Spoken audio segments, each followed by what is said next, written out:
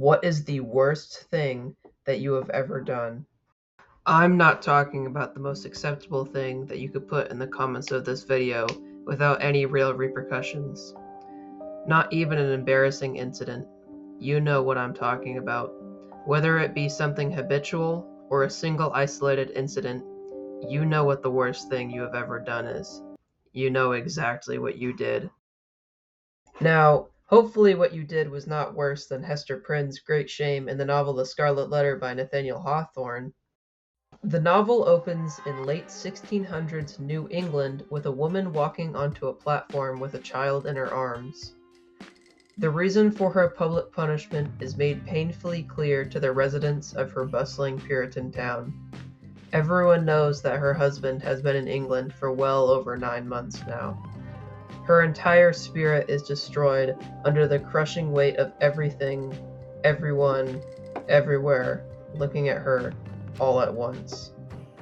The book continues with prominent religious leaders of the town questioning her about the identity of her fellow adulterer.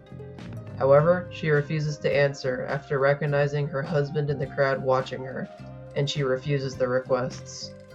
I think it's safe to say that this was probably the worst day of Prynne's life.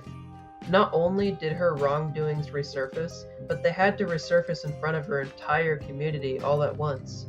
And she had to wear a garment with a red letter A for adultery for the rest of her life in the town.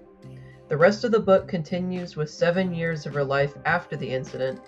All of the hardships, prejudice, relationships, and ability to raise her daughter, Pearl, were used as an excellent social critique in the masterpiece of a novel by Hawthorne.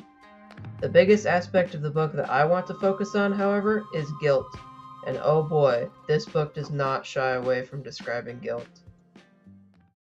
While reading The Scarlet Letter, one should consider how the demons of Prynne and Reverend Dimmesdale manifest themselves. For Prynne, her shame is constant, but never burning. Rather, it is just a constant decay on her soul and her attitude towards daily life as a member of society. For Dimmesdale, the father of Pearl, he never experiences shame until the very end, but what is hidden underneath is a figurative and both literal torture from his conscience and from Prynne's former husband, who is now disguised as a simple physician trying to get revenge on him. What this leads to is Prynne feeling content with her punishment and the guilt she must carry, because time has healed her. But for Dimmesdale, it ultimately leads to his demise, with one last defiance towards society. Scenarios like these are usually flipped in a normal case of someone committing a wrongdoing. We often see a violent criminal or a murderer or a drunk driver get caught and face their consequences for life, while the ones that get away never face consequences, not even in their consciences. However, we see a very different outcome to this scenario, since Prynne's sin wasn't a sin of malice, rather a sin of impurity.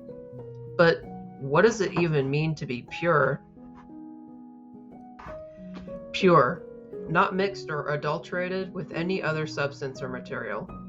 A very fitting definition for an object, or a compound, like how someone might talk about some chemical potassium, ferrous, rubidium, hexafluoridine nonsense, whatever. By all logic, it doesn't really make sense to describe a human being as pure in any shape or form, much less biology as a whole.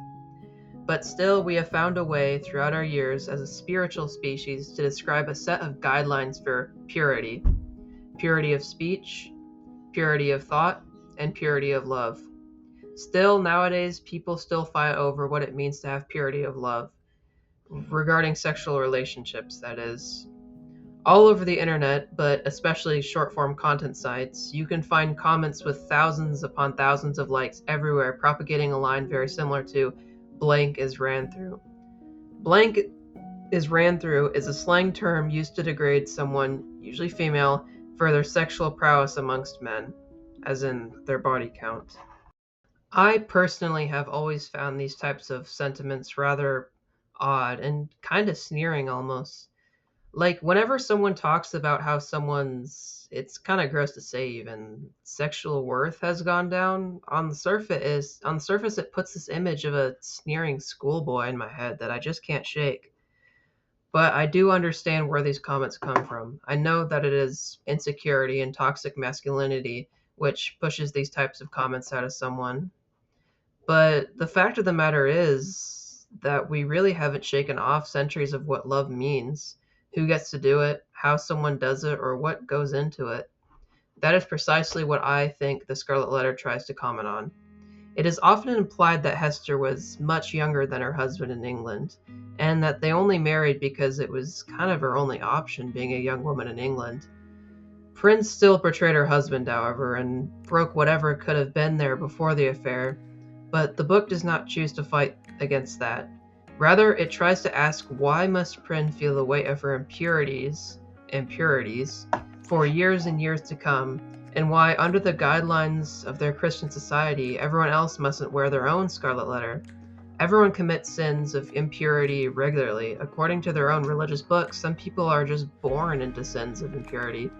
And when Dimmesdale gives his final sermon, which is described in the book as through breathed passion and pathos and emotions high or tender, and a tongue native to the human heart, wherever educated.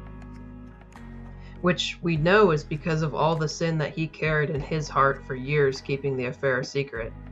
Meaning he could actually speak from his own faults, making his language feel real and alive and something that could actually move people. He used this to his advantage when he finally proceeds out of the church and stands on the same platform with Hester where she was shamed before, and chastises the crowd for sneering at her for years in a powerful speech, defying all prior expectations of his society. He then unbuttons his shirt, reveals his scarlet letter, and dies. Dimmesdale defied society at the end of his life. Hawthorne defied society by writing the novel after being fired from the custom house. But a good question that we must ask ourselves is, when is it actually okay to defy society? Going against one's societal expectations is often a tricky subject. Some may experience side effects ranging from discouragement to murder, and from hate to damnation. The effects from your demonstrations against the societal norm often correlate with the form in which you choose to show it. The method that Dimmesdale chose was language, albeit in a one-time stunt at the end of his life, but using language can vary in many different ways. To provide an example, Kneecap is an Irish rap group of 3 people based in Northern Ireland. The group consists of Mo Cara, Mowgli Bop, and DJ Provi, who was actually a school teacher before making music with the band. The band raps in both Irish and English, mostly Irish though, and they made their first breakthrough with their song Cearta, meaning rights in English, released on December 15, 2017. The group is known for its extremely crude lyrics showing themes of drugs, alcohol, but most importantly life post-sectarian Northern Ireland. Some of their music videos depict scenes of vandalism against the British state, as well as scenes of cursing out police officers in Irish. Kneecap does all of this in an effort to make their stances on colonialism and the Irish partition very clear. They have felt the impacts of the hatred stirred by Britain for hundreds of years, and they have family members who are affected by the Troubles. Some of these songs depict their feelings on these very clearly, like in the song Fine Art, by clearly stating that they just don't want to rap just for the fun of it, but to also show the reality of how life is in the aftermath of Protestant versus Catholic hate. The group has also clearly supported Palestine since day one of the conflict, as well as publicly stating that they feel like a united Ireland would be better for the interests of the people in Northern Ireland. Of course, the group often receives a lot of backlash for some of their work. Many have disqualified their self-titled movie from film awards for believing that the movie and their music often treat Irish republicanism and the Troubles without a very high level of respect. However, the film depicts real-life-based events which show how each of the members' lives have been affected by sectarian bias. Because of this, the group often tries to have fun with their music so that they can move on from differences based on things like what rapper Mowgli Bop stated, on whether or not we are worshipping a god that may or may not exist in some way. For Kneecap, the choice of when to start speaking out against their situation in Northern Ireland was a matter of putting some beats together and making words rhyme, as Mo Cara has stated. For Prin, it was the instant she realized that her sin had healed her, and that she didn't have to care about a society which will continue to shame her until eternity because of whatever it means to be pure or redeemed. For others, however, finding a way to defy oppression can take a long while. My recommendation is this. First, find your language.